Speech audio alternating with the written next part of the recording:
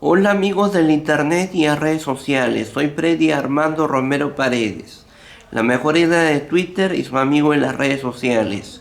Hoy les voy a contar otra historia creada y escrita por Freddy Armando Romero Paredes. Espero que les guste. La historia se llama Bogdan Larousse, el observador.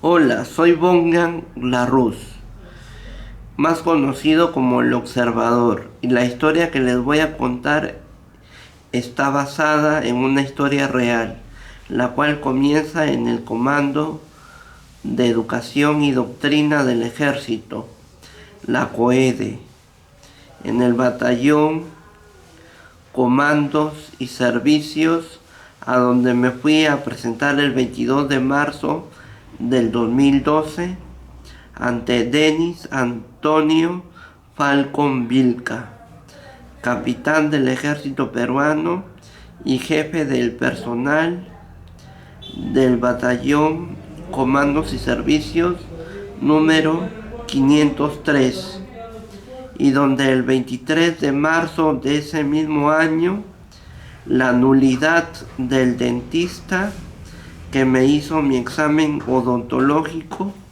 me calificó como inapto, razón por la cual, llevado por mi apasionamiento, ímpetu y ganas de servir al terruño que me vio nacer, no me resigné y tuve que irme hasta Rímac el lunes 26 de marzo del 2012 a las 6 de la tarde, donde gente más capacitada y con mejor trayectoria en el ámbito castrense me dio como acto, junto con Salvador Camones Eleuterio, a quien llamaban Guillermín por parecerse al sargento de primera reenganchado Guillermo Carguarica David, quien se encargó de la cuadra de reemplazos junto con el sargento de primera reenganchado Mejía Díaz Lucho, que estudiaba en las noches para tener un título profesional, y con el sargento de segunda reenganchado Vilches, homónimo de su oficial Vilches Machari Edgar, que nos enseñó a tender una cama militar, quien ponía en su sitio a empellones al cabreado y al que tenía desidia, quien nos gorreaba la fruta y la cual era gustoso de compartir con todos, desde mi sargento hasta mi reemplazo, y a quien se le hizo su parte por constantes deméritos observados por los capitanes de las compañías, y el reemplazo Armando de la tierra de Ancash. El examen odontológico, psicológico y físico sin ropa lo llevamos a cabo el 27 de marzo del 2012 en el Policlínico de Rímac, donde la mayor del ejército peruano E.P. Peña, asimilada en el servicio de sanidad como mi abuelo, me preguntó qué hacía un estudiante universitario que había logrado tanto en su vida en un cuartel donde hay personas que pueden no estar del todo instruidas y donde se requiere mucha condición física, estabilidad, coordinación, aguante y esfuerzo para la gimnasia básica de combate, el entrenamiento en campo abierto, manejo de armas y municiones y múltiples tareas que vienen con los destacamientos. Enseguida le respondí que quería hacer servicio militar voluntario, pues ya había hecho voluntariado en la Secretaría Nacional de la Juventud, en la SENAJU, en el Módulo Perú, en el segundo gobierno de Alan García Pérez.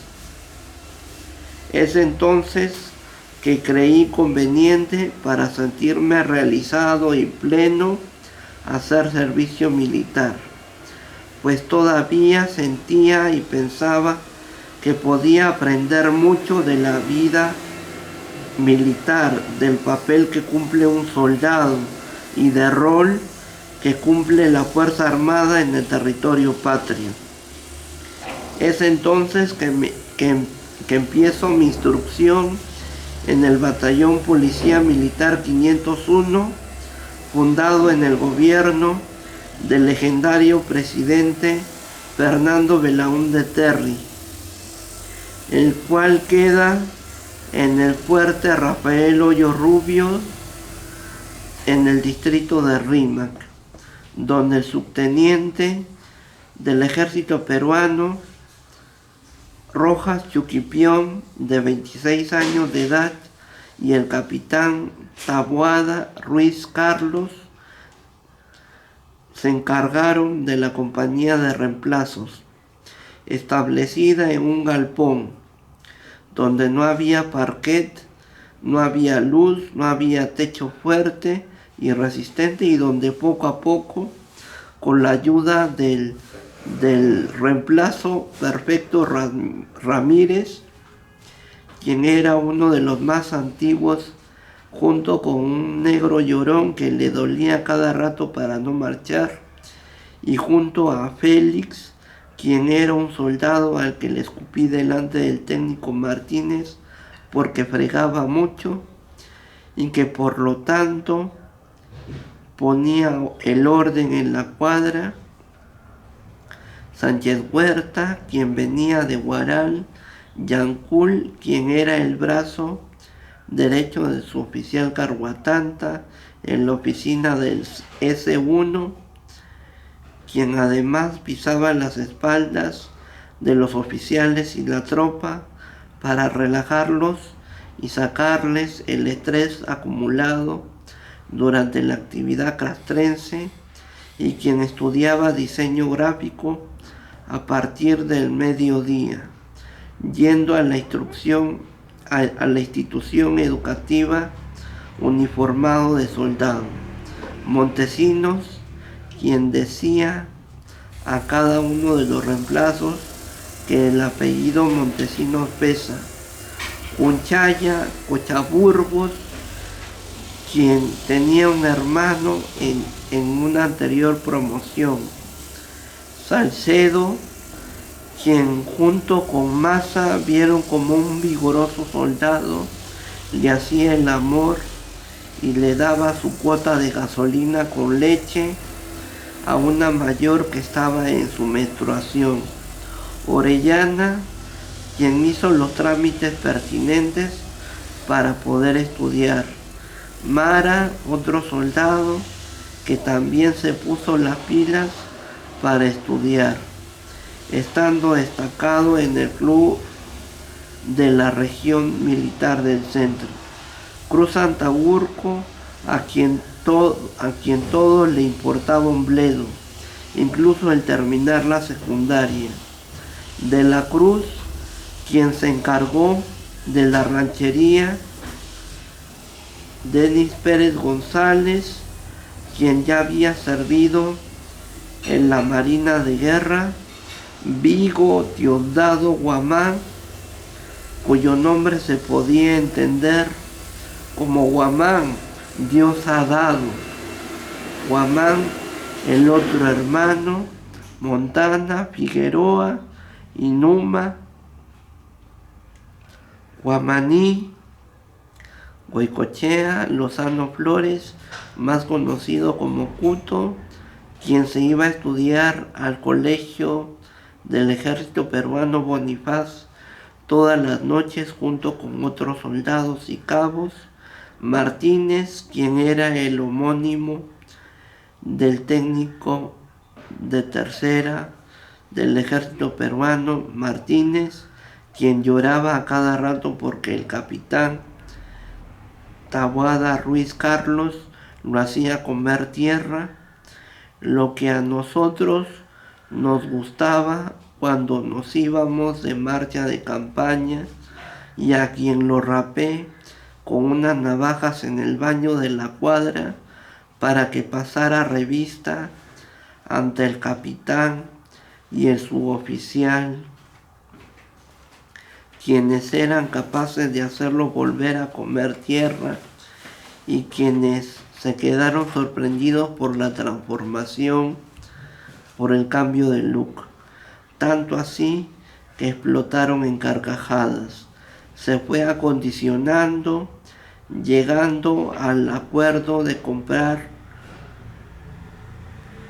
un espejo, poner algunos cuadros viejos del almacén, echarle una mano de pintura, poner electricidad, y donde me comprometí a comprar el reloj y un retrato de la Virgen de Guadalupe para todos los días persignarnos y encomendarnos a ella, a pesar de la cruz que lleváramos cada uno.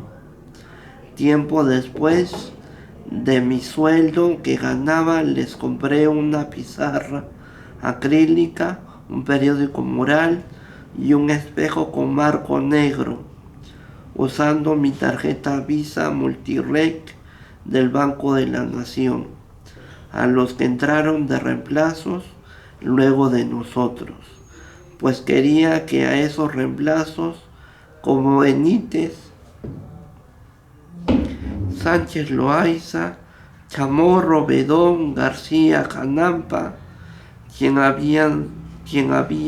ya había servido en la FAP y quien le dio una golpiza a un militar de la FAP, Calderón, Cacha, Sánchezinga, a quien le decían Sánchez Pinga, Chinchín, quien era la antítesis de lo que fue un guerrero de la fortaleza de Chanchán, y a quien un día los oficiales alternos lo mandaron de regreso a su agujero por su manera, no de querer, como dice la canción, sino de comportarse. Risco, a quien le cantaba que había un perro en la granja que se llamaba Risco, RISCO. Canevo, quien había estado en la cárcel, a quien le llamaron coronel cuando entró por la puerta del cuartel y que actualmente es obrero en edificios residenciales y seguridad en un albergue de Beca 18 a cargo de la señora Borja, quien antes estuvo administrando Generación, un albergue de pandilleros que le hacía la vida imposible al alcalde Francis Allison. Caso que yo tuve la oportunidad de investigar en el primer semestre del año 2005, cuando era presidente Alejandro Toledo Manrique. El ancestral Tamlichusco de Machu Picchu, ATM. Garate, quien actualmente se está preparando para ser policía nacional, y otros más que no les faltará lo que me faltó, y otros más no les faltará lo que me faltó a mí cuando hice mi instrucción en la antigua Escuela de Comandos del Ejército. Tal es así que un día, en presencia del sargento de primera Bardales Pizanco Nilsson, originario de la selva, quien más tarde estudió para barman en Secatel en vez de estudiar en el prometido Instituto para Tropas del Ejército y de los Reemplazos, le celebramos su cumpleaños con torta, incluida un soldado que cumplía años cuando los demás sargentos, cabos y soldados estaban pernoctando, sin importarles lo que les pasará a los jovencitos que habían entrado a servir al ejército. De igual modo, compré un espejo para la casita del G2, otro espejo para la compañía A y 3 bolsas de cemento para arreglar las pistas del batallón, las cuales el comandante del ejército peruano, Turín de la Peña Héctor, nunca lo mandó a recoger con el camión LA o con el taxi del Cabo Pari, quien tenía permiso para taxiar y ganarse la vida, y al mismo tiempo hacer su servicio militar voluntario. Era julio del año 2012, mes en el que ya tocaba a muchos militares ver su situación de ascenso, incluyendo la tropa. Para ese entonces yo ya había pasado a la compañía A.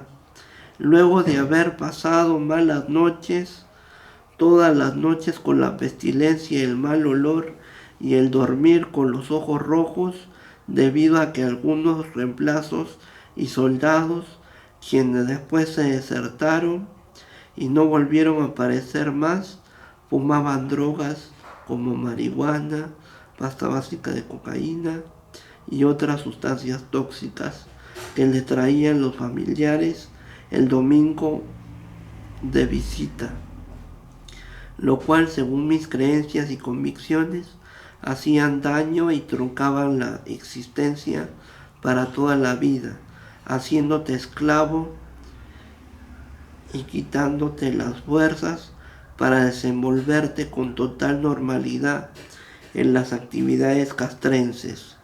Prueba de ello es que a varios les faltaba la respiración para hacer planchas, marchar, ponerse en chinches, ranear, hacer canguros, polichilenas, desplazarse con apoyo a la derecha e izquierda, ir a cortar leña, botar basura, recoger hojas, sacar la mala hierba, limpiar el baño de técnicos y suboficiales o la ducha de los oficiales en el Estado Mayor, donde vivían el capitán Cristian Sánchez de la compañía Comando, quien me dijo, llegado un momento, que yo había demostrado ser muy capaz a quien le serví de Furriel, el capitán Armestar de la compañía A, la compañía de las Águilas,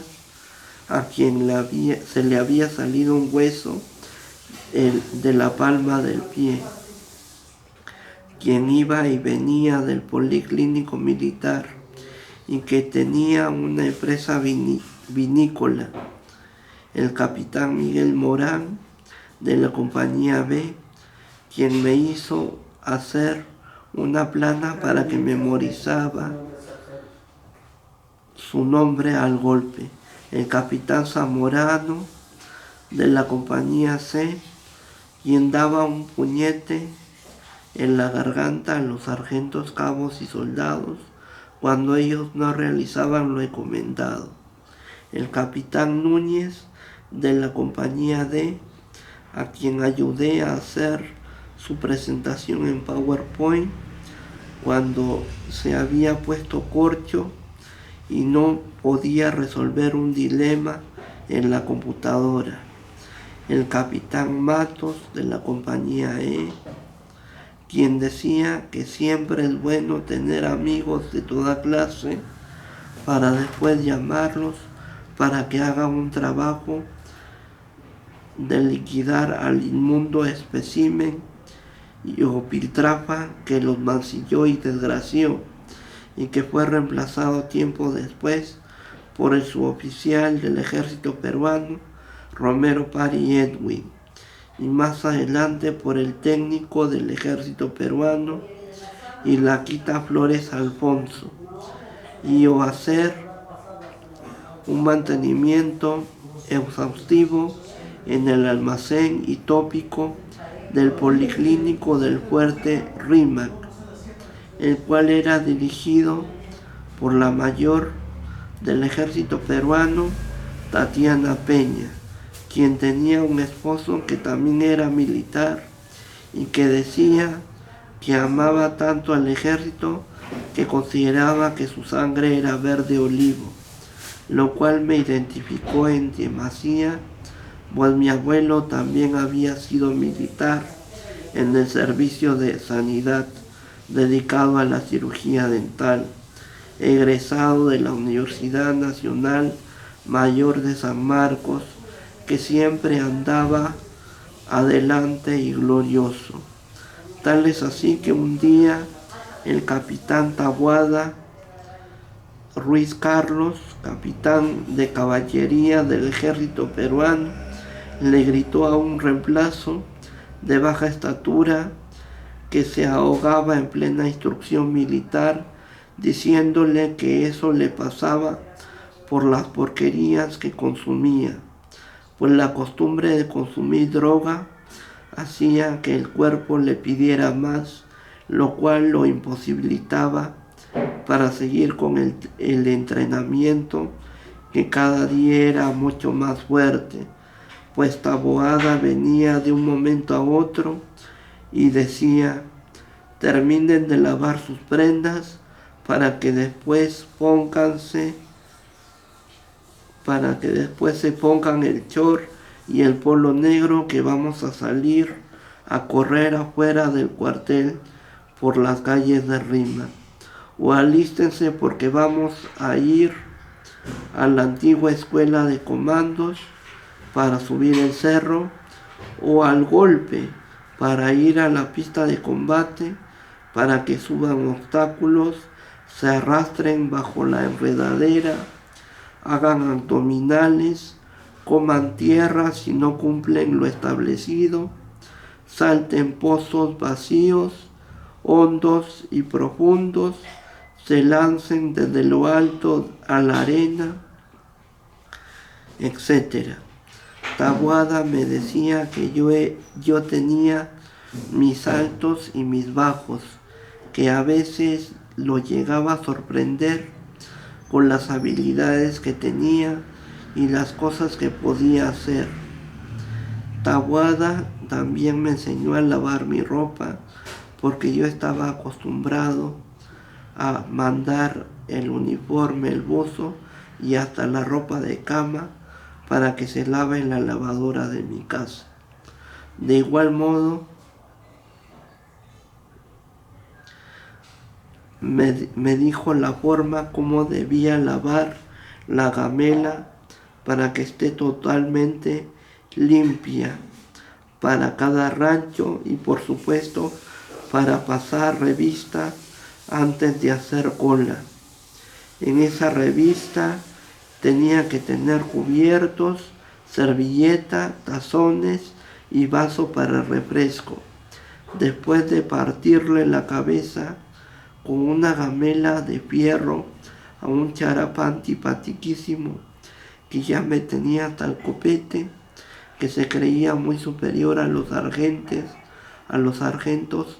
por el solo hecho de haber patrullado en el Brae, zona donde hay terrorismo, que había engañado al ejército sirviendo varias veces y que tiempo después abandonó el cuartel al ser advertido por el técnico Martínez que el hecho de servir varias veces en el ejército ameritaba un juicio en el Tribunal de Justicia Militar, pues solo se podía y se puede servir siempre y cuando uno se reenganche, estando en el grado de cabo, sargento segundo, sargento primero, y luego de diseñarle sus letreros con letras grandes a mano y pulso, con plumón negro y cartulina blanca, al capitán de caballería Taboada Ruiz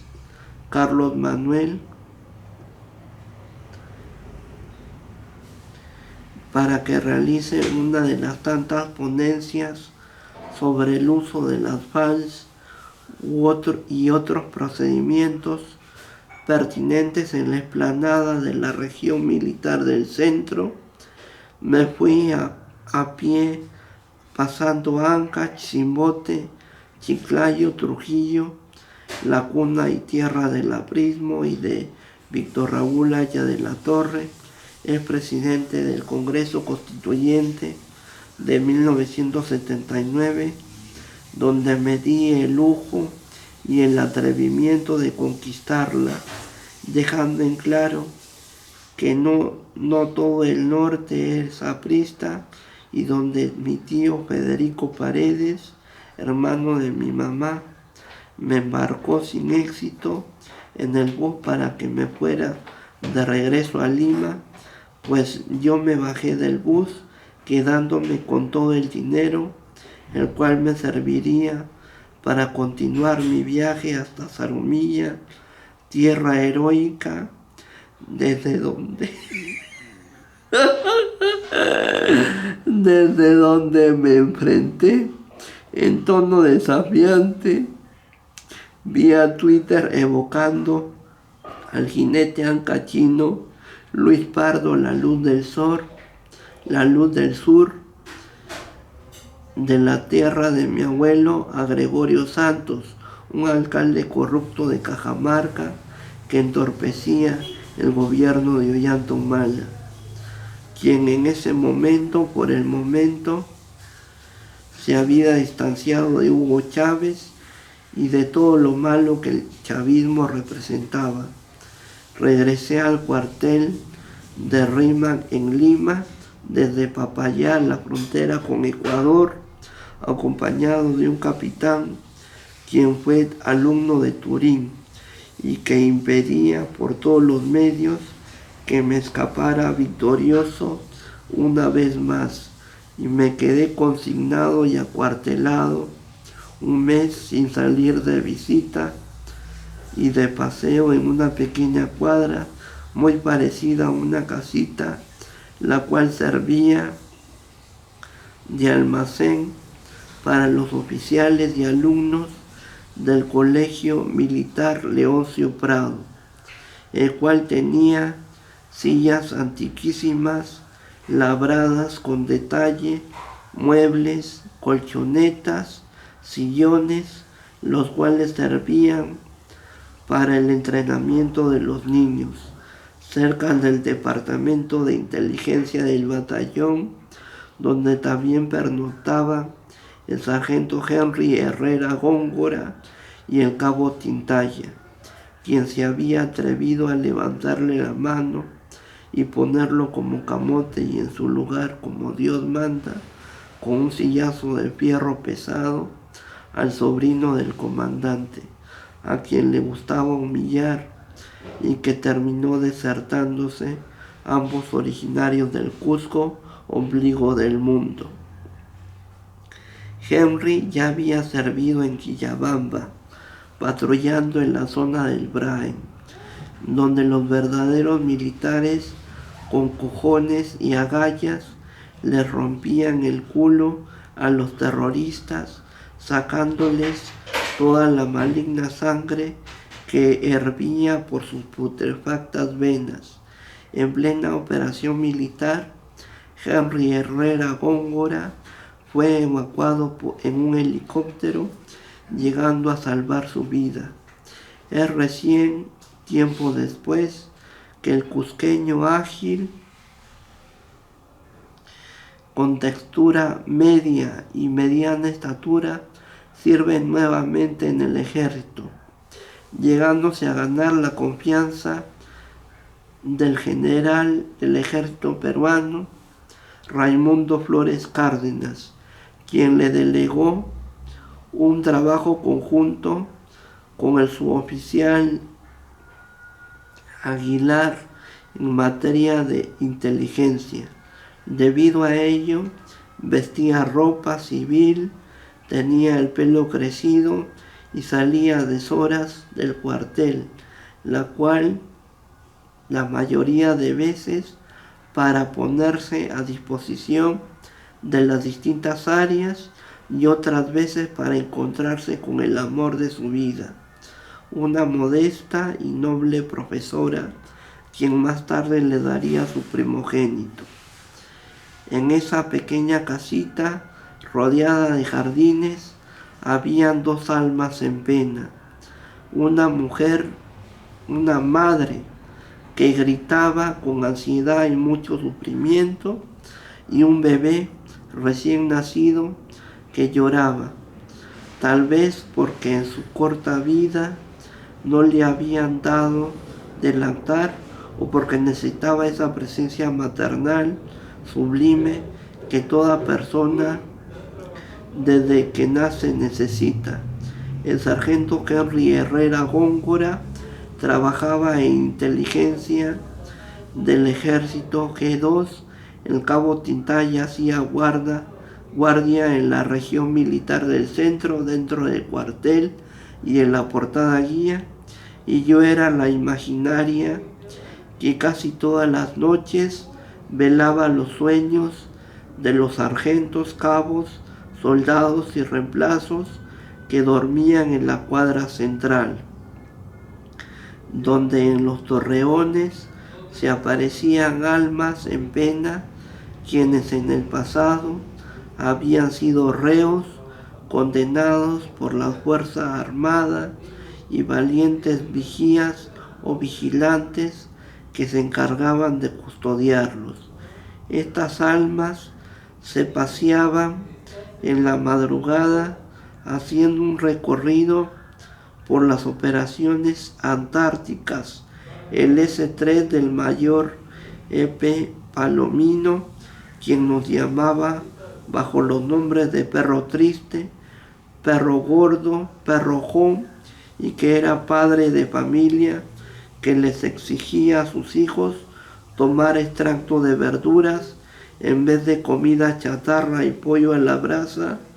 La cuadra de técnicos y suboficiales, donde estaba Carhuatán Tasturay Vicente, quien un día le dijo en voz alta, delante de toda la tropa, al capitán de artillería del ejército peruano Cristian Sánchez, de la compañía Comando, que él solamente pensaba en sus intereses, pues no se preocupaba de que las cañerías del batallón abastecieran de agua a los oficiales, técnicos oficiales, sargentos, cabos, soldados y reemplazos.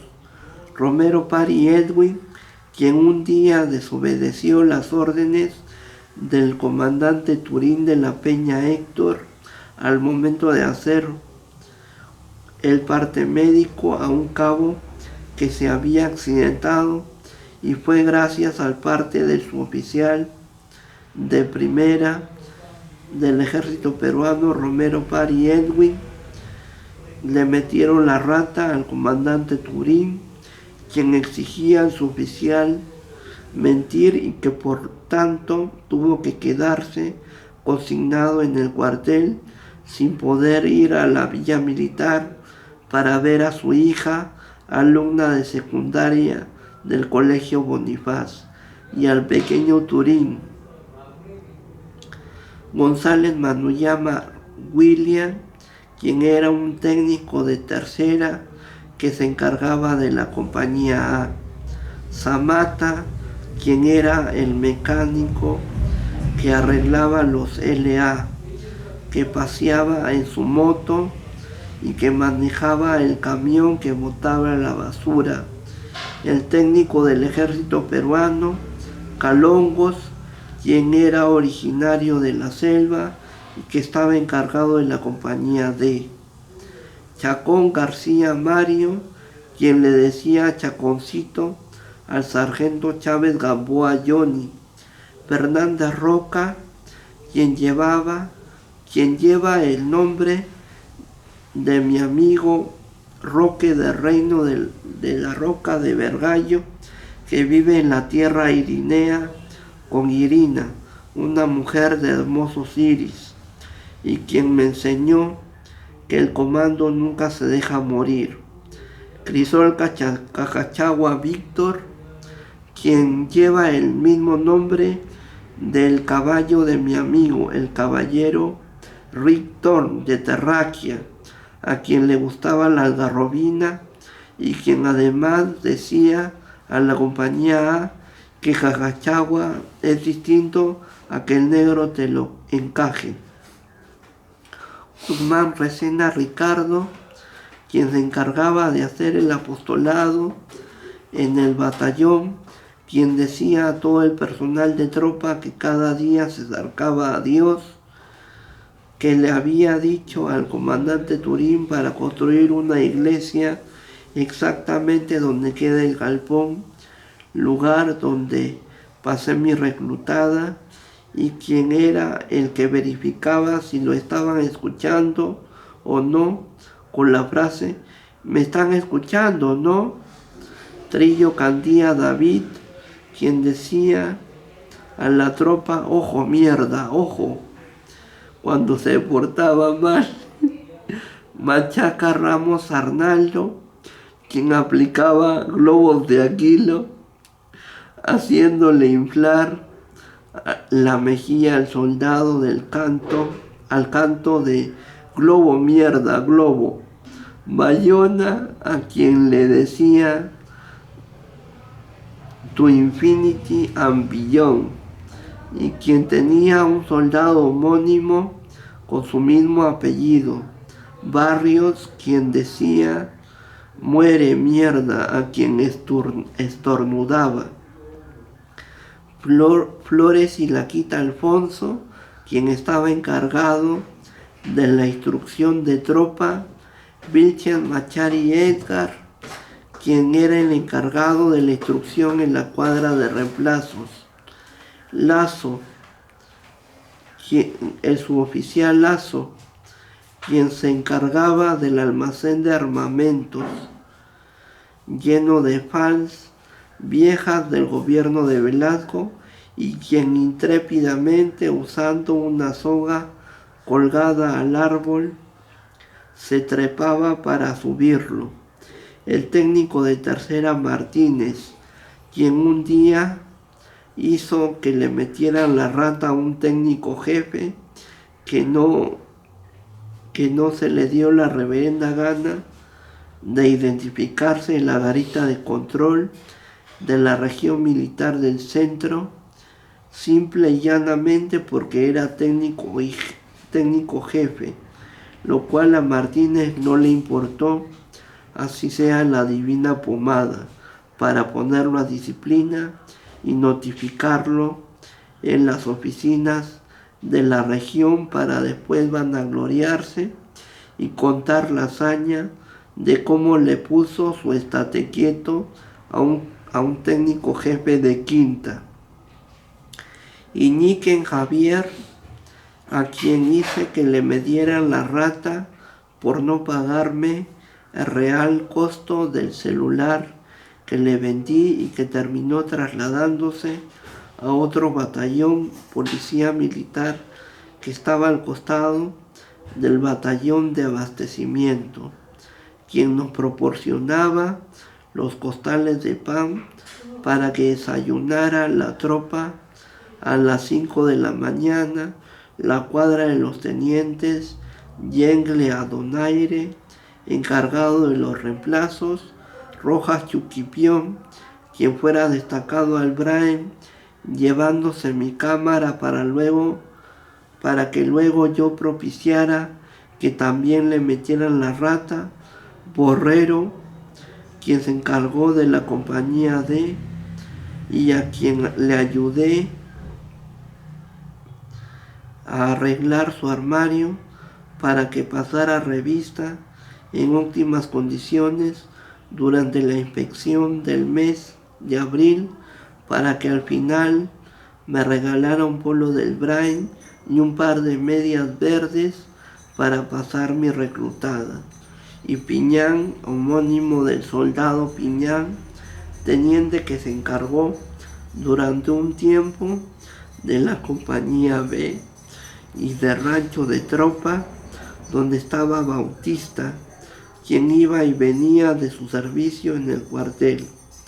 Estos últimos tenientes estaban a cargo de las compañías, mientras que algunos capitanes se fueron a tomar un curso para estar preparados para ascender. ¿Qué es meter la rata en el ejército peruano? Es darte pingamicina de 500 miligramos. Si es que no cumples con tus sagrados deberes que tienes que cumplir a imagen y semejanza de Bolognesi, patrono del ejército peruano.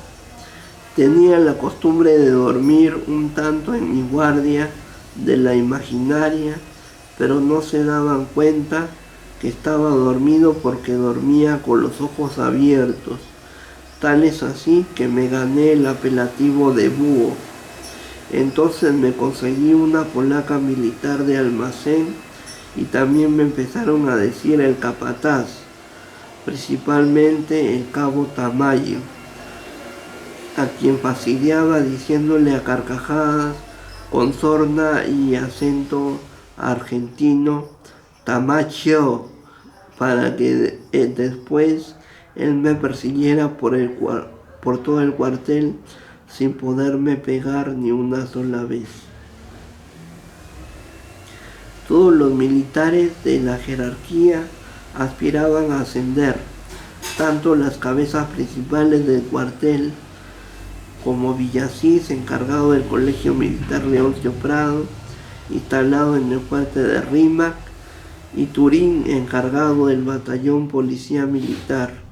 Villasís era tan noble como San Francisco de Asís, ascendió a coronel, y Turín, enigmático como el manto de Turín, no lo logró. Más adelante llegó un agregado militar que venía de Haití, lo cual generó expectativa y curiosidad. Los militares de la alta jerarquía de la región militar del centro, entre ellos Turín, le preguntaron si es que sabía bien la práctica del vudú haitiano. El haitiano les dijo que sí. Es entonces que a los militares se les ocurre aplicar el vudú en sus planes estratégicos de ataque en las distintas armas y servicios del ejército. Algunos dudaron que lo que se pensaba no iba a resultar y que podía terminar mal. Otros querían esperar a ver los resultados inmediatos. Otros dijeron que había que capacitar a la tropa y la mayoría dijo: trabajemos de inmediato en el proyecto. Para ello el haitiano preparó videotutoriales en YouTube, los cuales fueron vistos por los militares y toda la tropa y puestos en práctica por los soldados, cabos y sargentos. Esto se empezó a salir poco a poco de control porque varios miembros de la tropa mezclaban el vudú con las drogas. Asimismo, los cabos averiguaban mediante el vudú la clave de la cuenta de ahorros de los soldados y les quitaban todo su dinero. Esto mismo hacían los sargentos segundos con los sargentos primeros. Además, la tropa empezó a intentar hacer vudú con los capitanes de compañía, técnicos y suboficiales, quienes no se dejaron porque detectaban de inmediato todas las intenciones y maniobras. Yo en ese momento no participé del curso, entre comillas, porque entré a desempeñarme como plantón de la parroquia de la región militar del centro, y desde ese momento me encargué de la limpieza, la jardinería y la alimentación del papagayo que estaba en el frondoso árbol del frontis del templo. Todos los días me levantaba mucho más antes que la tropa para alistarme para ir a la parroquia. Tal es así que el suboficial de primera, EP Carhuatanta Suray Vicente, me decía que después del parte de la Diana me tocaba ir, pero cuando él estaba ausente, por no tocarle turno de guardia, yo muy tranquilo y campantemente me iba desde muy temprano para hacer mi labor con mucha anticipación. El jardín estaba descuidado, así que tuve que darle forma, diseñarlo, recortarlo, a la vez que le sacaba la cizaña y toda la mala hierba que pudiera existir. De igual modo, me encargaba de prender las velas en las efigies de Jesucristo, la Virgen María y los santos, y también le daba de comer galleta al pajarraco loco de color rojo, al cual de vez en cuando le quitaba la galleta para comérmela y después presumirle con sorna y burla. Además recolectaba la basura, la cual la ponía en un gran cilindro, el cual cargaba para llevarlo a la parte de atrás para quemarlo. En una de esas idas y venidas de cargar la basura, que unos destacados desadaptados del club de la región se treparon el muro que conecta el club con la parroquia y le prendieron fuego a la gran cantidad de basura que había ahí. Tanto era el fuego que muchos de la comandancia de la región militar del centro se asustaron y temieron que esas llamas alcanzaran al templo. Yo por mi parte, como iglesia de Dios, porque todos somos iglesia, según el catecismo católico, agarré la manguera y con el agua que brotaba logré apagar el incendio.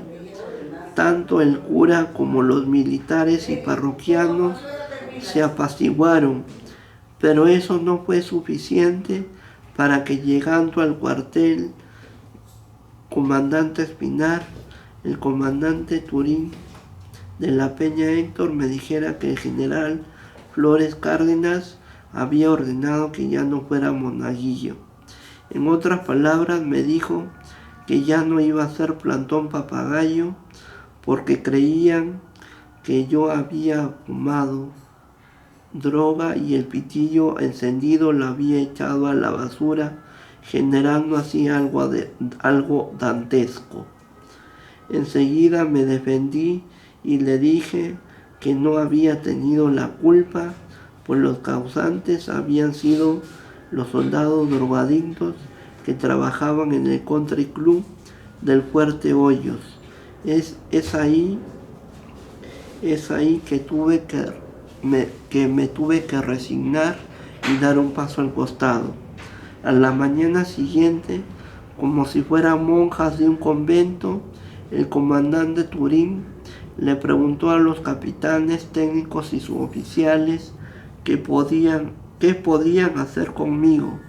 El capitán de la compañía comando del ejército peruano, Sánchez Donaire Cristian, levantó la mano y pidió que yo sea su furriel. Luego de eso me fui a hacer furriel del mayor E.P. Palomino Vilcas David en el Estado Mayor S3. Estando con el mayor, nos dimos cuenta que la biblioteca del batallón estaba completamente desordenada, que necesitaba una limpieza exhaustiva, una limpieza previa para hacer luego un exhaustivo registro de todos los libros a los cuales les faltaba forro, membrete y renovar las cintas adhesivas ya desgastadas por el abandono y la precaria situación. Para ello de mi bolsillo saqué y fui a la librería del Colegio Militar Leoncio Prado y compré vinilo o vinifam, cinta adhesiva, cuadernillo de hojas líquido corrector y un lapicero. Con esos materiales me puse a trabajar, luego de tumbar todos los libros al piso para luego enumerarlos. Estos libros, al igual que los vals, databan de la época de la Revolución Peruana, es decir, que eran libros viejos que se habían editado en la época del general Velasco en la oficina de imprenta del ejército, OIE, la cual está actualmente cerrada por la inacción de las cabezas máximas y de los gobiernos presidenciales de turno. El material bibliográfico comprendía manuales, directivas y tomos dedicados a la historia del Perú, principalmente en la Guerra del Pacífico, mientras que realizaba las bitácoras y compilación de la literatura almacenada ahí en los ratos libres.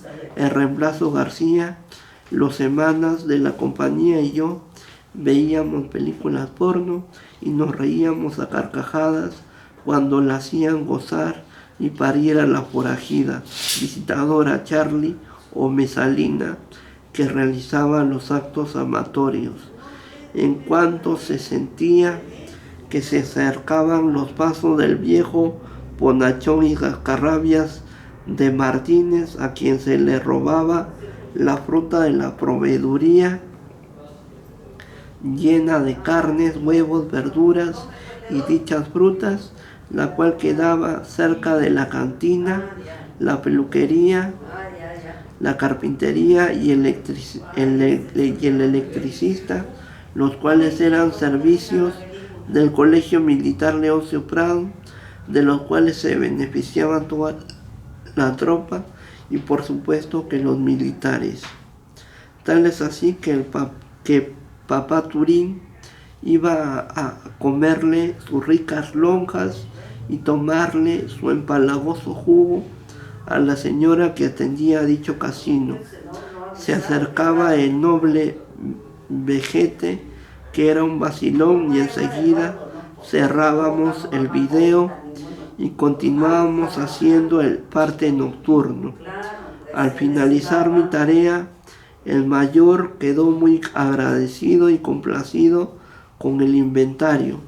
Por mi parte, simplemente observaba cómo se desarrollaba la situación mientras que cumplía a cabalidad mi labor.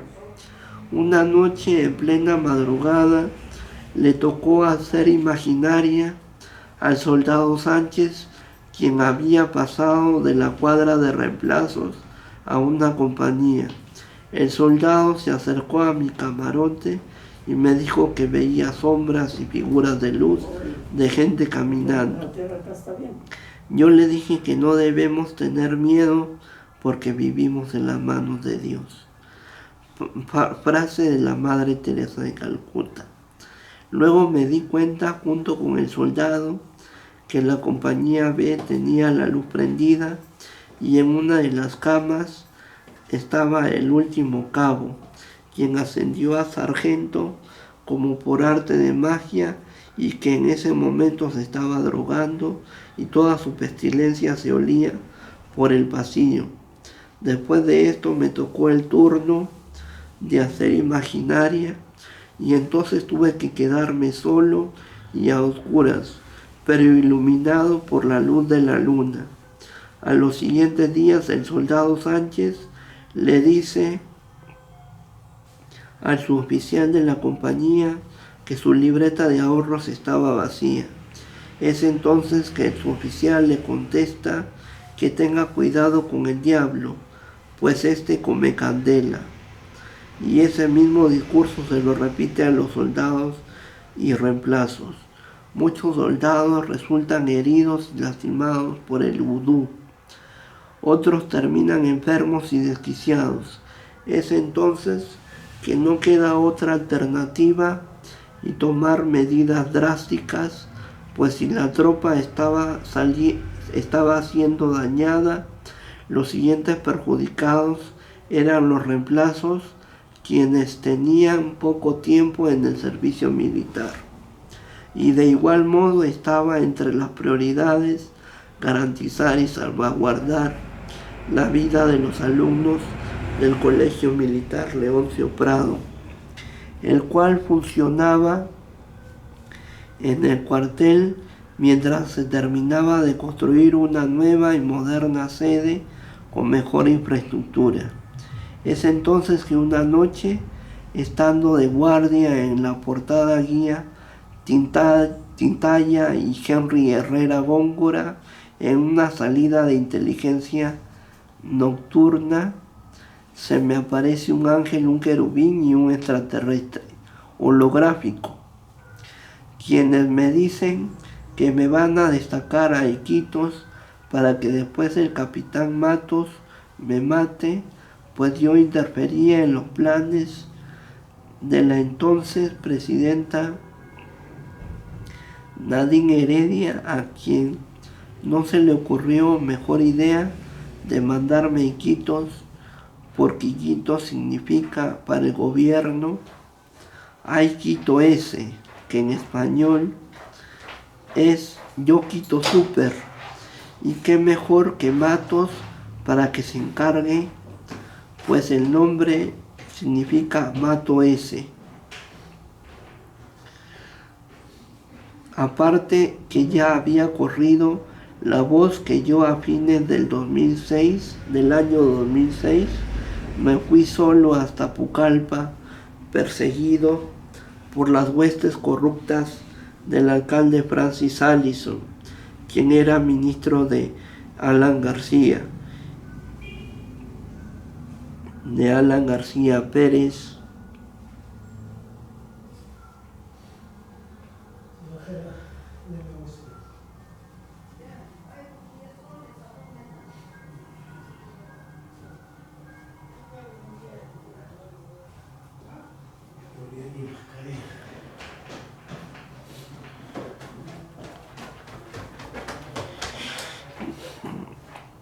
De Alan García Pérez, el alado grande del Perú, AGP.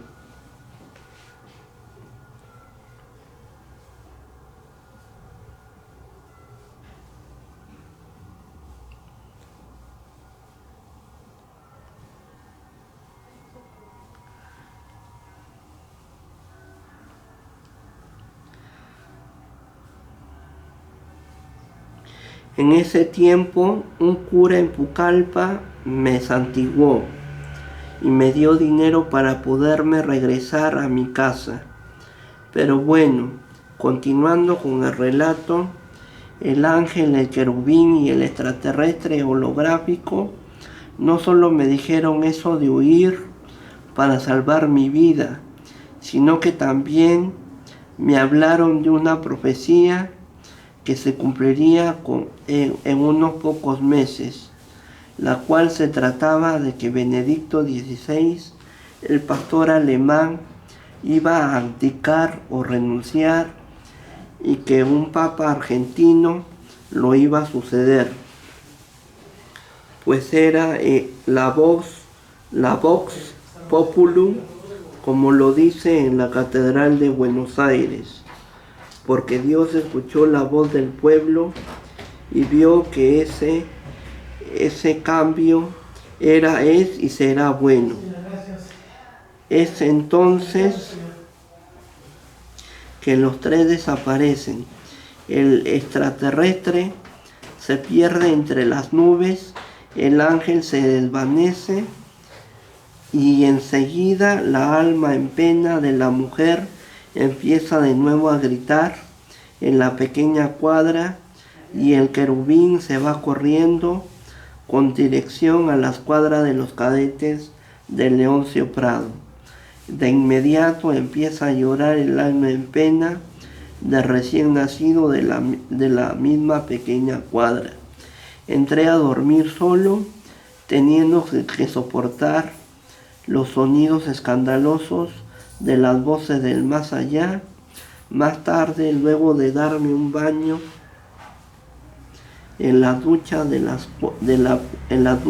la cuadra de técnicos y suboficiales, me fui a hacer guardia en la puerta de vehículos de vehículos número 8, PB8, la entrada que da a la pista de combate de la antigua escuela de comandos, y el camino que lleva al Cerro Verde, a la Casa de los Dioses del ejército peruano, donde se hacen prácticas de tiro con FALS, armamento belga que se compró en el gobierno de Juan Velasco Alvarado.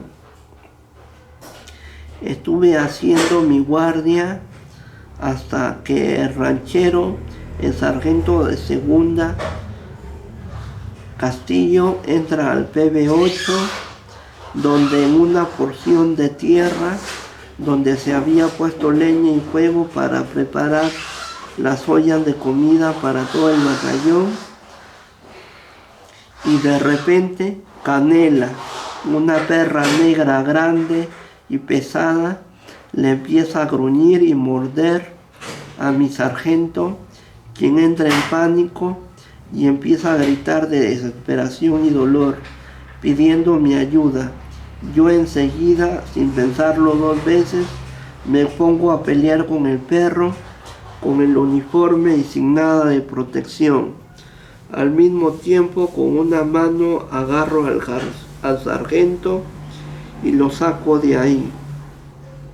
El perro nos sigue y salta enardecido, pero ya no puede hacerle daño a mi superior, pues él ya está a salvo. Aún así, el perro sigue molestando. Es entonces que entra el capitán Zamorano, quien agarra un rollo de papel del cuello del perro y lo encierra en el almacén de armamentos. Luego de ese instante, el capitán dice al personal que se encontraba en la zona que este perro está poseído por malos espíritus y que había que sacrificarlo. Al sargento se lo llevan al Hospital Militar Central, HMC, para que lo atienda un médico. Al día siguiente, el general Raimundo Flores Cárdenas lleva a cabo una misa de salud para todo el Fuerte Hoyos. Cuando estaba haciendo plantón comedor y a su vez viendo y escuchando por televisión al excelentísimo señor Ollantumala Tazo, el omnipotente hijo del Tahuantinsuyo, quien ya para ese entonces no era presidente, me llamó la atención un extracto de lo que se podía considerar uno de sus últimos mensajes, sabiendo que su mujer estaba en el poder, decidiendo todo. El extracto del mensaje les comparto a continuación.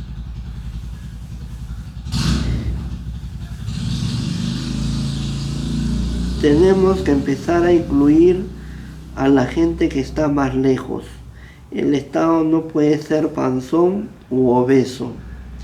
Debe saber trepar cerros, no debe tenerle miedo al zorroche, debe pasar los Andes, llegar a la selva y a la frontera.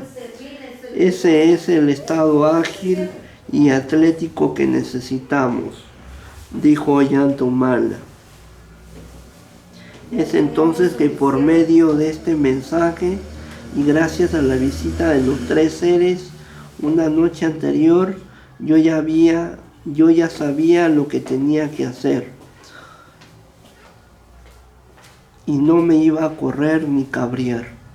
Es así como se decide sacar afuera del cuartel a las 4:30 de la mañana a los reemplazos de los batallones y cadetes en filas ordenadas y silenciosas, mientras los demás estaban durmiendo sin ninguna novedad hasta el momento en el parte, para que las personas del fuerte y la villa militar no se den cuenta que entre los cadetes había reemplazos, se les uniformó a todos con alguna prenda que distinga tanto a la institución educativa como al personal militar que prestaba servicio.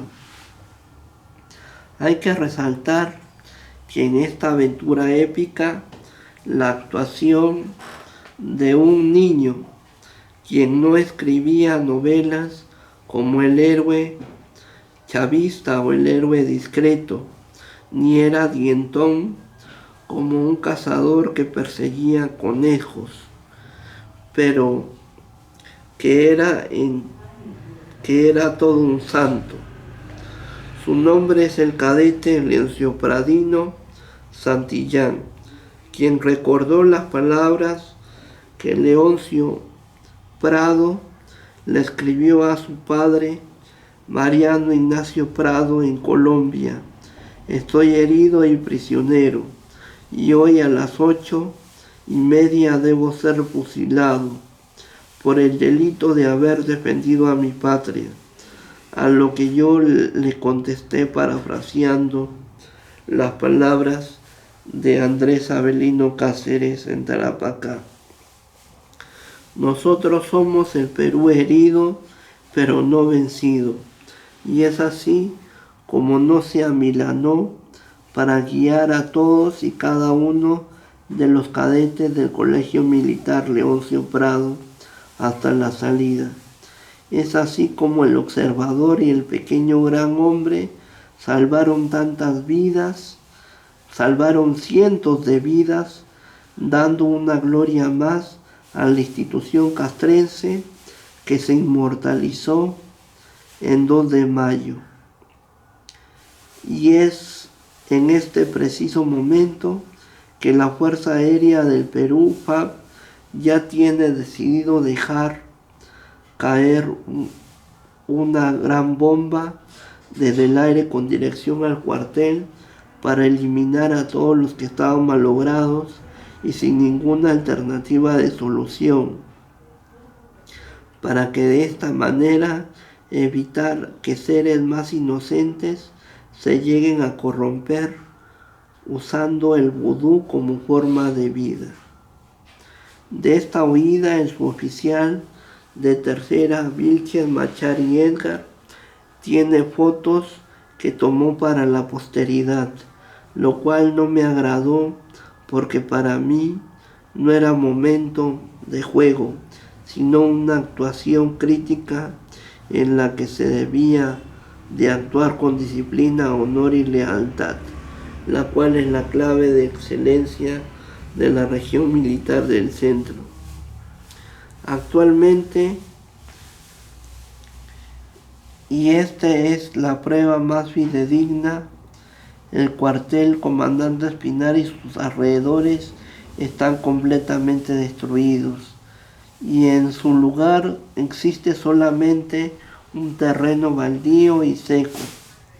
Cabe añadir que una vez más la comandancia de la región militar del centro prometió que iba a construir un gran instituto de educación técnica para que el personal de tropa salga con un título técnico bajo el brazo. Penosamente esto a cabalidad ya se cumplió. Y a todos ustedes, queridos amigos de las redes sociales, lo pueden comprobar. Desde ese momento, lo que funcionaba en el cuartel Espinar se traslada al 2 de mayo, en donde también funcionaba el BTQ e Ingeniería y Comunicantes. Paralelamente, los videotutoriales de vudú colgados en YouTube llegaron a manos de la primera dama de la nación, Nadine Heredia, quien no tardó en ponerse a practicar los trucos. Luego de esto, le hizo vudú a su esposo, el presidente Ollantumala, dejándolo como un guiñapo. Ante esta situación, la primera dama, Nadine Heredia, da un mensaje a la nación en el que anuncia que viendo la incapacidad de su esposo, decide gobernar el país y ordena que en su gobierno los militares usen la Cristina como símbolo de su mandato.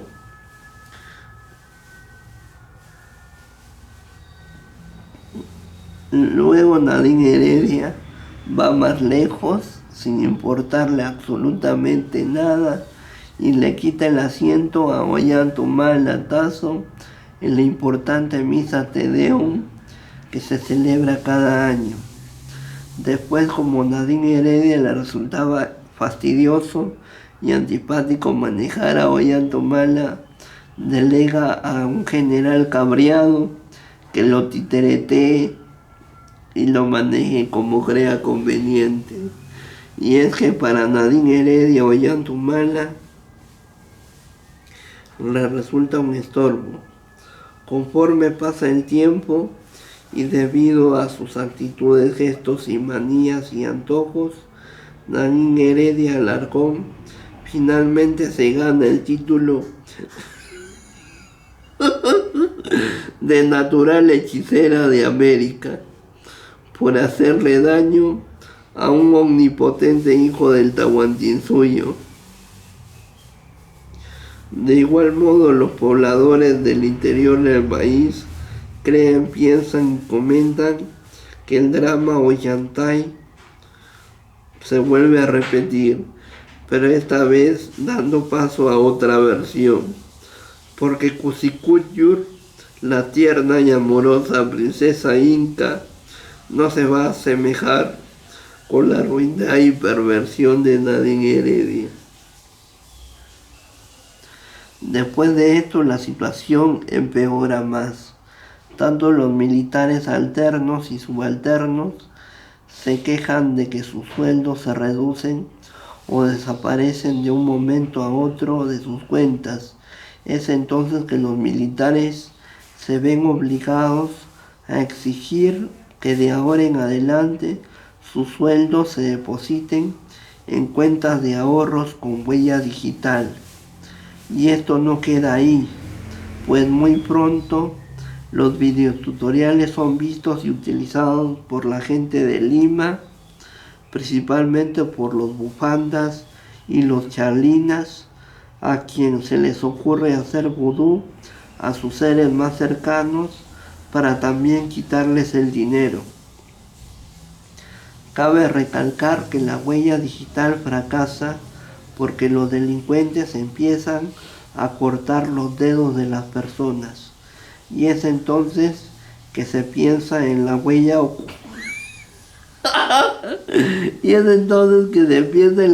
ocular u otra que sea mucho más segura.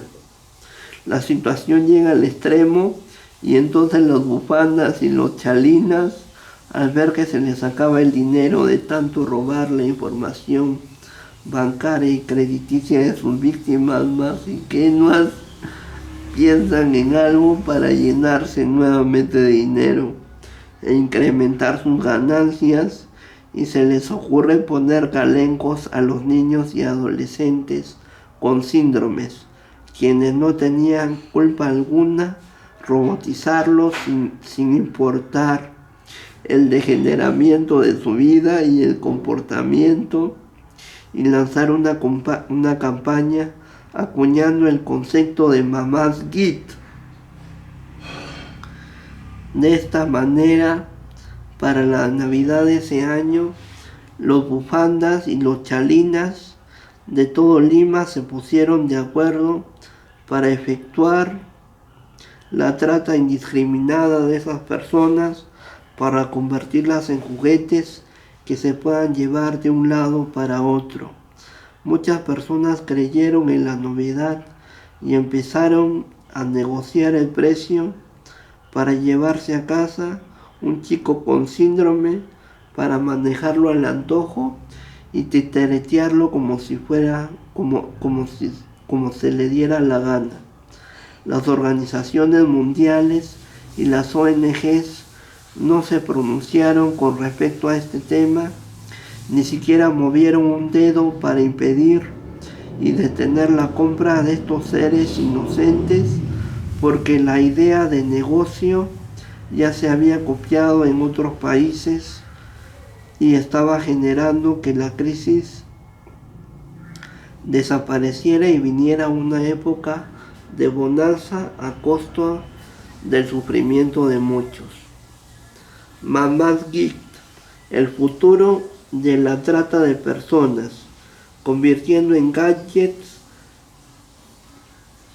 a muchachos con distintos síndromes, usando los calencos del vudú para robotizarlos, titeretearlos, manejarlos al antojo de la persona, leerles la mente y buscar cualquier pretexto, razón de ser, habilidad y talento para explotarlos de manera abusiva y luego dejarlos abandonados en la calle cuando no sirvan ni rindan más. El paso siguiente era esperar el martes de la semana que viene a que mi abuela me recoja. Como no venía el capitán del ejército peruano, Armestar, junto con el técnico del ejército peruano, Guzmán Tecena Ricardo, quien repetía a cada rato como disco rayado: «¿Me están escuchando, no?», cuando hacía apostolado a la tropa reunida en el galpón, me llevaron al Hospital Militar Central,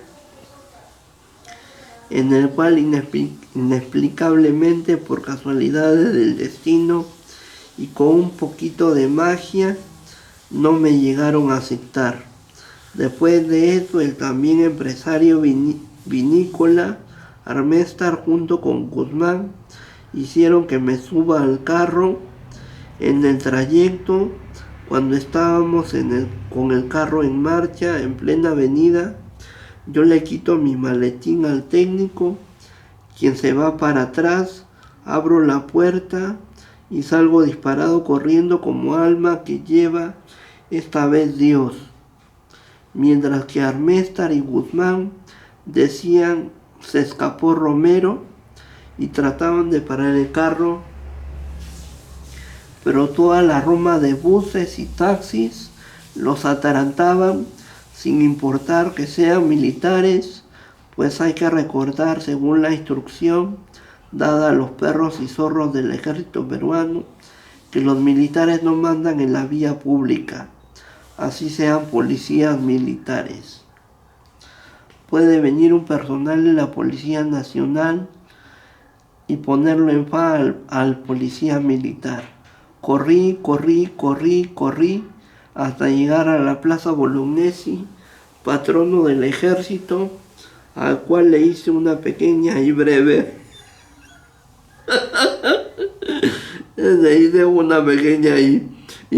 reverencia, para después seguir corriendo embalado. Luego de esto, con la ropa civil puesta y sin equipaje, salgo caminando rumbo al sur. Primero voy a Chaviña, en Apurímac, luego voy a Curahuasi, donde se toma mucho el mate. Paso la noche en una colchoneta de la comisaría de la localidad, tomo desayuno con los policías. Después de esto salgo al Cerro San Cristóbal para bajar todo el cerro y dirigirme a la ciudad imperial del Cusco. En el camino me detengo en una casa de construcción y me ofrecen un plato típico de la zona. Estaba rico, pero la señora empieza a hablar en quechua sobre Bengaran, y es ahí que entiendo que los nacionalistas del sur del Perú no van a perdonar el daño que le hizo Nadine Heredia a Ollantaytamala.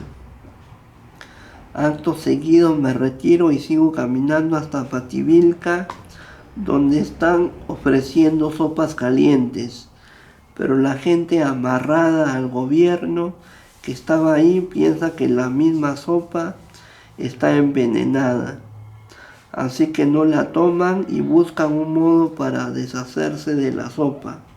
La lugareña me ofrece un plato de sopa, pero le digo que no, gracias. Sigo mi camino y atravieso a pie un sendero estrecho que tiene dos paredes rocosas. Me lavo en el riachuelo que pasaba por ahí y sigo caminando. Llego al caserío y me dicen espera en la pera de cemento. Como no viene nadie, ni siquiera un carro, sigo caminando y empiezo a subir otro cerro que queda más cerca al Cusco. Se hace de noche. Un granjero que aparece de la nada en medio de la oscuridad me proporciona en la pista una casaca para el frío y luego me echo a dormir en un establo donde hay animales, los cuales después de una hora me delatan emitiendo sonidos onomatopéyicos hasta que sale una campesina con su anciano padre, quienes me dan a comer mote y mate recién preparado a fuego lento. Luego de comer, me echo en un colchón de la casa a descansar cerca del horno del establo hasta que amanece para poder seguir mi camino. 4 casas más arriba. Me acerco a una cabaña y la señora muy gentilmente me regala un vaso de leche y pan para el camino. Subo las laderas del cerro. Allí un abuelo y su nieto me regalan un polo con los colores azul, blanco y rojo, pues el otro que tenía puesto lo tiré cuando me bañé en un caño del cerro. Y minutos después me subo a un viejo bus provincial que me lleva hasta el Cusco, en donde voy hasta el cuartel Pachacútec, donde sale una sargento de apellido Branda. Hago acto de presencia y me retiro. Paseo por las calles del Cusco y me encuentro con mi tío Ricardo y su esposa, a quienes me llevan a comer en un restaurante. Luego de eso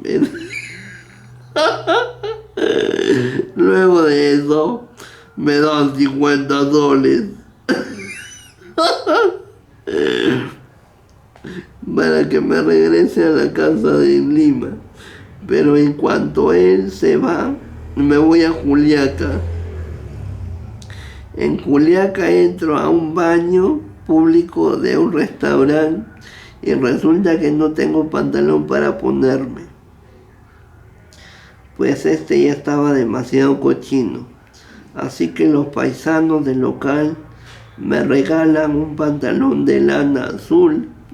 Entro a una cabina de internet y desde la cabina comunico que al presidente Ollanta le están haciendo tanto daño que lo han desaparecido.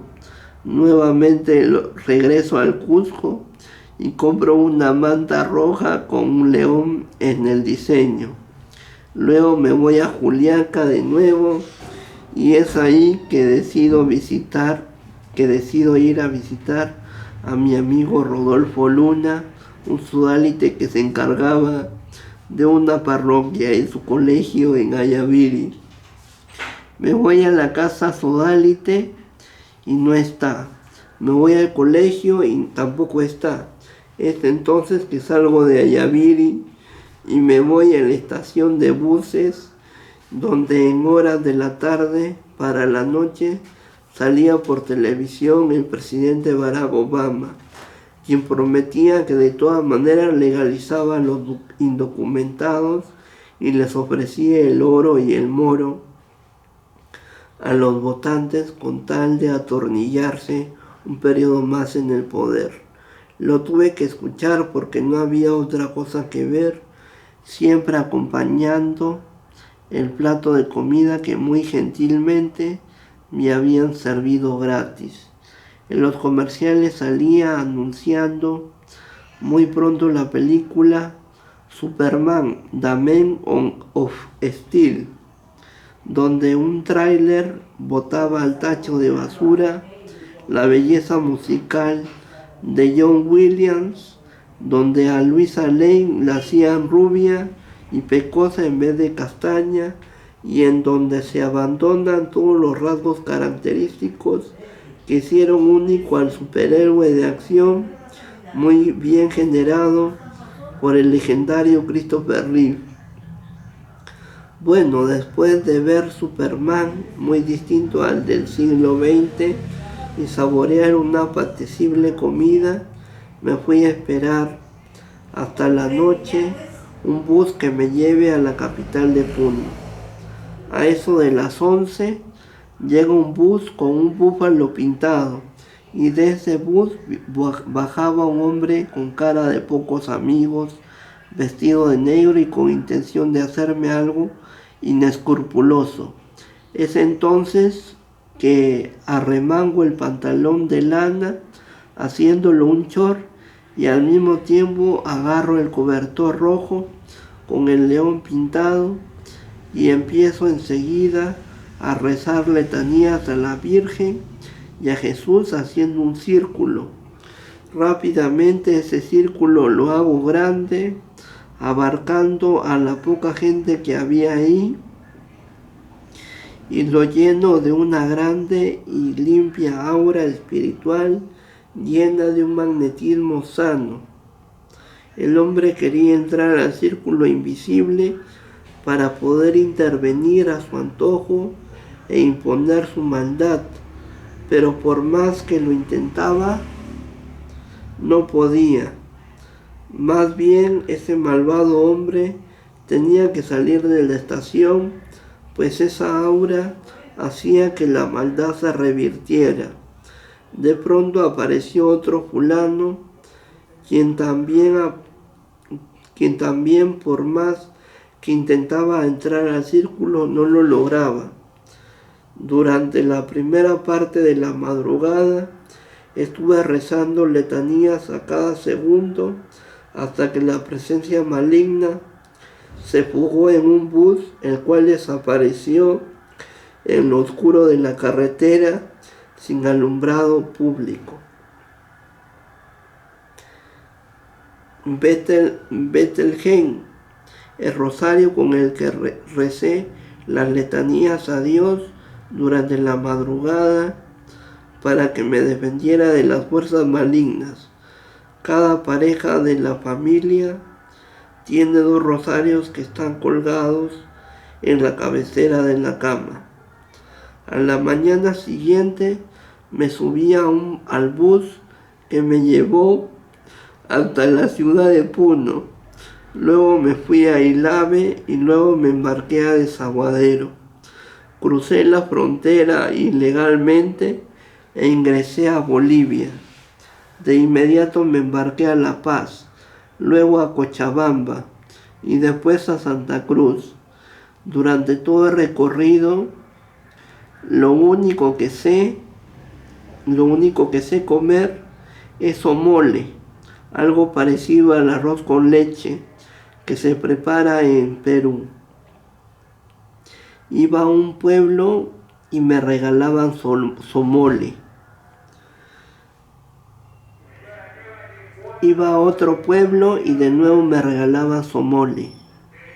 Lo que sí puedo manifestar es que el somole estaba muy rico. Estando en Santa Cruz, le pido a la repartidora de diarios que me preste el periódico del día y leo con satisfacción una noticia verídica, real y que tiene y debe servir a todas las naciones de América como ejemplo. La noticia del momento en ese momento, octubre del 2012, es que Evo Morales incluía chamanes y curanderos en los hospitales nacionales para que curen los males espirituales que existen en todo el país. Es por eso que para mí es desde ese momento el mejor Aima o el magno Ema.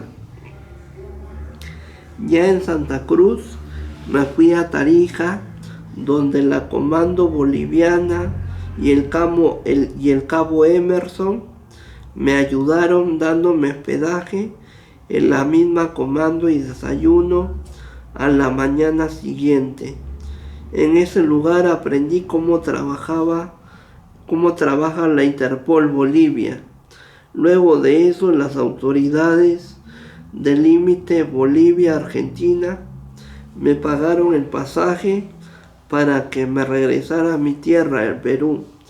Pero yo, más astuto como siempre, les hice lo mismo que le hice a mi tío Ricardo. Esperé a que se fueran, me bajé del bus y me fui a Tarija para cruzar la frontera hacia Argentina a la mañana siguiente. Cuando estaba en la garita, el hombre de migraciones me reconoció, pero yo con una miradita angelical lo conquisté, para que luego me dijera que no tenía caso retenerme y me fuera a donde se me diera la gana. De Tarija me fui a Salta, donde a la entrada estaba el busto de Evita Perón, y de ahí me fui a Ora, para luego irme a Tucumán, donde llegué el 3 de octubre del 2012. Llegando a la estación, lo primero que hice fue leer el periódico La Nación, que traía un titular que decía Tucumamos. Yo, por supuesto, enseguida me reía a carcajadas y compré el diario por una cuestión de Love Mar. Después de esto me fui por las calles de Tucumán, que anunciaban en banderolas la venida del año belgraniano, pues Belgrano cumplía su centenario. Más adelante llegué a la Universidad de Tucumán, donde estudió mi papá de joven. De ese lugar me fui a Icaño, nombre parecido a Ícaro, el hijo perdido de Dédalo, el alfarero griego. De ahí me fui a Pinta, de ahí me fui a Selva, de ahí me fui a La Rubia, de ahí me fui a Ercilia, una localidad argentina llena de descendientes alemanes, lo cual es algo parecido al Posuzo del Perú. De ahí me fui a Ceres, de ahí me fui a Rafaela, de ahí me fui a Santa Fe, de ahí me fui a Rosario, de ahí me fui a Buenos Aires, y llegando a Buenos Aires me fui a Villa Urquiza, a la calle Ibera, donde viven mis 7 sobrinos de 1 a 13 años. Estando en Argentina, me doy cuenta que el vudú ha traspasado fronteras y me entero que Amado Vudú le está haciendo vudú a Cristina Fernández de Kirchner, para así de esta manera tener el poder él solo y gobernar sin que nadie lo moleste. Cristina en ese momento lo único que hace es recordar e invocar al expresidente Fernando Belaúnde Terry, quien en octubre del año 2012 se celebraba su centenario. En esa fecha, Fernández de Kirchner recordó el precioso y noble gesto de Belaúnde cuando apoyó a Argentina ante el Reino Unido en el conflicto de las Malvinas. En ese instante llega a mi mente algo parecido que le ocurrió a Fernando Belaúnde Terry en su primer gobierno, el cual consistía en que él estaba casado con una bruja llamada Carolina Aubry, quien encima le ponía descaradamente los cuernos. Belaúnde, cansado del logro de su mujer, dio rienda suelta a su corazón y lo abrió de nuevo para enamorarse perdidamente de Violeta Correa Miller, una mujer sencilla y sensual secretaria que despertó los bajos instintos del presidente en el despacho de Palacio Gobierno. Esta relación dejó de ser pasajera y terminó en matrimonio para consagrar su amor ante la ley de Dios y de los hombres. En otras palabras, la historia se volvía a repetir. Solo que Ollantumala no se había decidido hasta este entonces dar por finalizado su estado matrimonial. De igual modo, los delincuentes más avesados se roban claves de la mente de la persona para de esta manera robarle su dinero. Asimismo, los bufandas y los chaulinas usan calejos en las personas para corromperlas y volverlas promiscuas como ellos. De igual forma, los alumnos de secundaria están que depositan calejos en sus profesores para excitarlos, tener sexo con ellos y robarles después la contraseña de sus tarjetas de crédito. Cabe añadir que se llega a crear un grupo o secta argentina diabólica que aplica y difunde el vudú haitiano que se llama las Chalinas Negras. Este grupo satánico se hace llamar así porque su nombre significa chaulina en sorna a burla a su primera víctima, quien terminó con la vida trunca y desgraciada, y el color negro porque significa muerte, oscurantismo y maldad. No son los únicos, pues en Perú existen las bufandas negras, debido a que con su nombre quieren asustar con bufanda, y también porque esta secta considera que sus víctimas son como los pandas, es decir, asustadizos, nerviosos y cobardes que no saben qué hacer ante ellos. Tanto como las chalinas y las bufandas tenían que vestirse de negro y llevar consigo una corbata en el caso de los caballeros y una chalina o bufanda en el caso de las mujeres. No pasa mucho tiempo para que estos grupos diabólicos crucen fronteras y hagan la misma maldad en otros lares. Frente a esta situación, el Papa Francisco, recién elegido, no puede hacer nada. Escapa de sus manos y le da impotencia, frustración y coraje. Es por eso que se toma un retiro con las monjas de todas las congregaciones en el que decide trabajar el catolicismo como pueda, así tenga él que empezar de cero.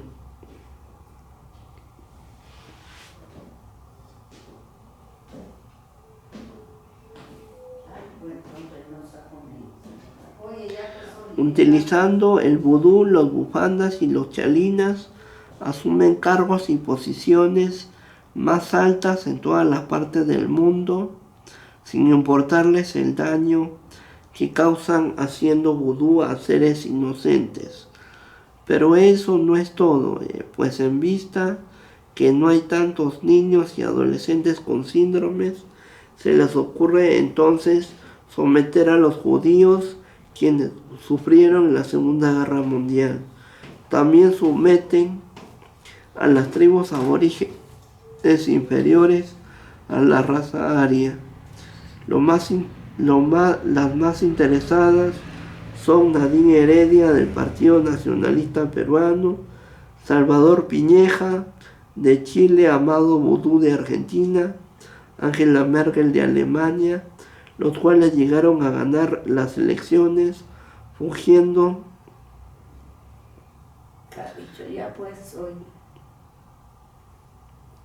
a los bufandas y los chalinas no les gusta que yo ayude a los adolescentes con síndrome para liberarlos de su yugo. Es por eso que un día, mediante vudú, me cortan y descuelgan el corazón, haciendo que se convierta en un desecho que se vaya al momento de la posición. Es así que me quedo sin corazón. Pero como dice mi buen colega de la Fuerza Americana Revolucionaria de la Paz, Adán de Con, todo se puede pensar con la cabeza y el miembro viril. Adán me hace recordar que a su corazón lo enredaron y mezclaron con varios corazones, volviéndolo vulnerable. Pero gracias a Dios, el bien triunfó sobre el mal. Luego de esto, mi amiga Rosa Yuya Araujo, una aborigen de la Araucanía, es asesorada por los cusqueños de Sayhuite, cuyo nombre significa sal demonio, sal alma que lleva el diablo. Es por eso que los padres en la sierra del Perú le dicen a los guaguas niños Huitiucus, lo cual significa fuera rata. Bueno, siguiendo con la historia, Yuya con la ayuda... Fuera pericote se dice. Sí. Bueno, siguiendo con la historia, Yuya con la ayuda de los cusqueños de Sayhuite y los negritos de La Plata, quienes enaltecen las aventuras de Falucho, aquel negro que se rebeló con la opresión colonial de las fuerzas realistas españolas de su época en la fortaleza argentina del Callao, me cuelga un calenjo que está hecho en base al corazón de ella. De esta manera vuelvo a tener más vida en el camino, como ella me monitorea, me rastrea y sabe lo que pienso y siento. Le enternece mi sensibilidad y todas las lágrimas que boto por causa del sufrimiento del mundo. A ella le parte el alma que me estremezca de dolor cuando veo a la gente morir. De este modo se pasa de la amistad al amor, pues Rosa Araujo se enamora de la magnanimidad, la mansedumbre y la misericordia de la persona de Bonland Larruz. La araucana se enamora de esta alma sufrida que aún estando débil es capaz de ofrendar su vida por sus semejantes sin esperar nada a cambio. Es por eso que un día la señorita Yuya Araujo le dice entre sueños en una noche a Larruz que rosa amarillo, y el observador héroe de esta historia se sonríe y la colma de besitos por todos lados, y es por eso que debido a su legendario e inmortal amor que trasciende a través del tiempo, uno de los volcanes en Argentina se llama Yuya y Yaco, del cual la lava que sale es la sangre perdida de ellos en esta aventura llena de obstáculos, sacrificio y adversidad. Ya, por favor, cierra, ya, paga, voy a cerrar todo. Son las 2 de la tarde. Ya, mamá. Ya, apaga. No, pues, hombre, dale. No, te paseas. Bueno, ya. Nos vemos en otro momento para escuchar, atender y ser partícipes de otra historia creada y escrita íntegramente por Freddy Armando Romero Paredes. Muchas gracias por su apoyo y preferencia. Muchas gracias por estar ahí y seguir ahí. Muchas gracias por compartir todo lo que siento. Cualquier cosa que quieran decirme, cualquier cosa que se les ofrezca, cualquier cosa que quieran anticiparme, me escriben con confianza, que para eso somos amigos y estamos para servirnos.